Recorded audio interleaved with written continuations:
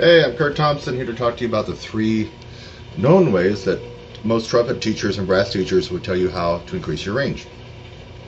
And in some videos you may have heard me kind of disrespect these a little bit, and that would only be because you've tried these 3 ways, yet you keep trying these 3 ways to really bring out the most amount of range. The 3 ways I'm going to talk about are the main themes and concepts behind your beginning range building and endurance increases and improvements. And this is what you're going to probably hear when you go to most instructors for private lessons, and maybe even on the internet forums.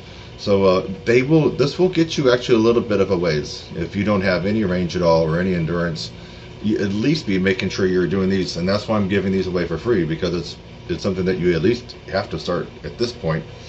It will only take you so far. So once you use these techniques and only get to a certain level, and you can't really seem to get beyond that, that's when you have to come to me in my course, the 16-week upper register course, and add another 3 or 4 notes to your range. But this will get you a little bit of a jump start, and might as well do it if you haven't been doing it. A lot of you watching this video will have already undoubtedly heard about these and have already been doing it, and then you're watching this to see if you can increase your range past that, but this won't help you.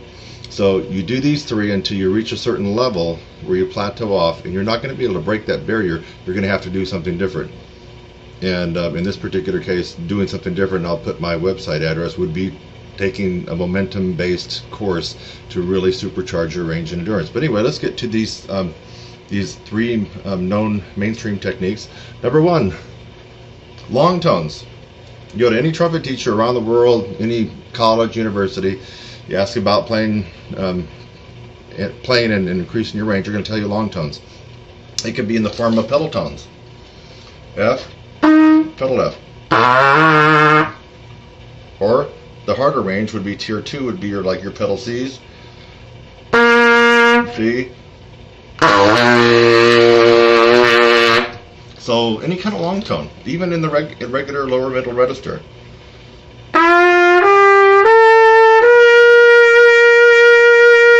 Or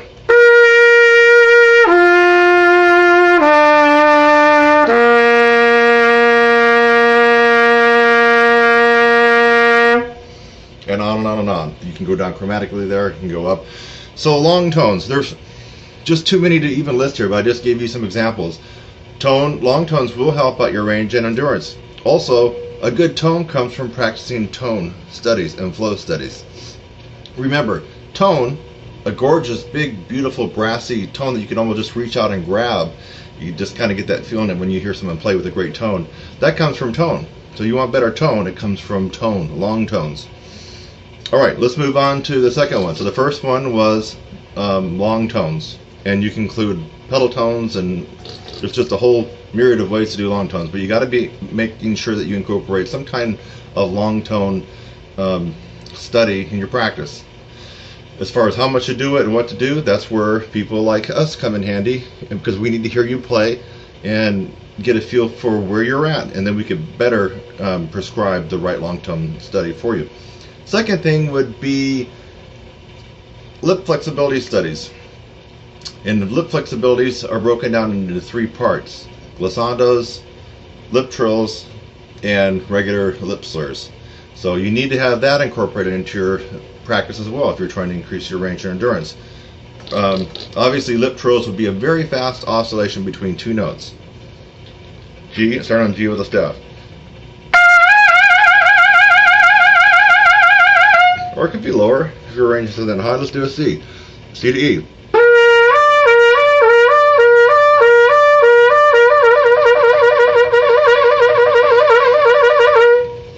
And that's an example of lip trill. Of course, there's a lot of different books out there that have all kinds of interesting exercises to do your lip trills on. My favorite right now, my favorite right now is Dr. Charles Colin Advanced Lip Flexibilities for Trumpet. It's a big red book with white lettering. I swear by that book. I love that one. So there you have it. So lip trills. The second part of lip flexibilities would be your glissando. In fact, I remember reading Roger Ingram's book, and if my memory serves me correctly, he really swore by practicing 1-octave glissandos. I think that's his claim to range fame, if I remember what he said in his book. Now, don't quote me perfectly, because I read it a long time ago, but he really swore by 1-octave glissandos. So, and you're probably going to want to do them where at least you reach out of the staff, like A, or even high C. And then you can start at an octave.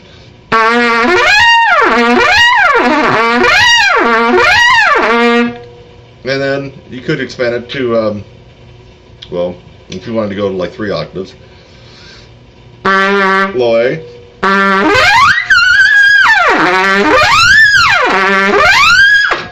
So that's your glissandos. The third and final way, as far as lip flexibility is concerned, just basic lip slurs, easy for me to say. So you get it around the horn, and you're trying to be clean and precise with your lip slurs. Something as simple as this.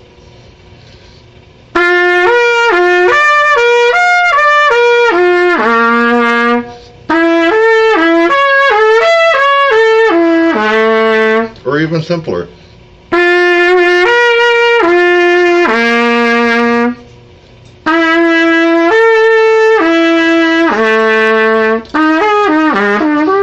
Get the idea. Lip slurs.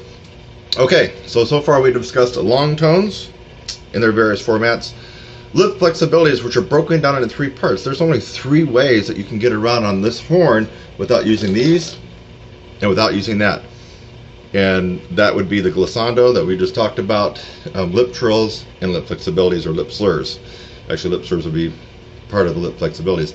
And now the third way that most trumpet teachers would tell you or advise you on how to be able to increase your range would be able to take something up an octave. The first thing that comes to mind, if you're more of a beginning or intermediate student, probably intermediate, or you simply just don't have that good of a range, and you're hanging around G's above the staff, and you're still a good 4th away from even the beginning upper register, which starts at IC, I would at least have you work on scales and arpeggios up an octave. If you're used to practicing the C scale, and you kind of staying around that range, you want to start giving it a go an octave higher, even if you have to go slower.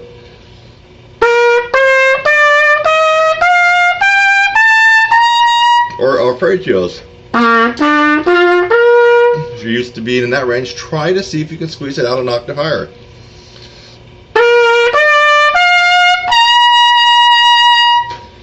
Those are some examples there. Of course, you don't have to just stay on the C major. We're talking about anything from a chromatic,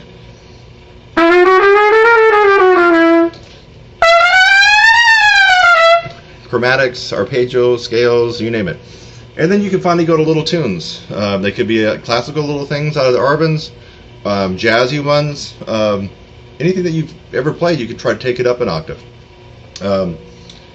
Something simple like this.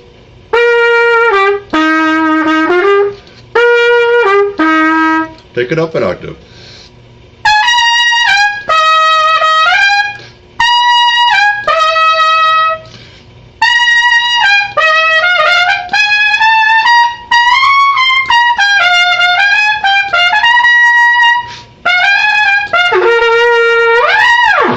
Okay, that was Sesame Street. So I'm just doing this off the cuff. You know, I didn't have any set list that I'm going off for this particular video tutorial. But anyway, this is gold. If you haven't already been doing this and you want to skyrocket your range and your endurance, this is a no-brainer, folks. You got to be doing at least the 3 things that trumpet teachers around the world would tell you to do, even if they really can't play that high in the upper register or they don't specialize. They're going to tell you these 3 things. What were they again?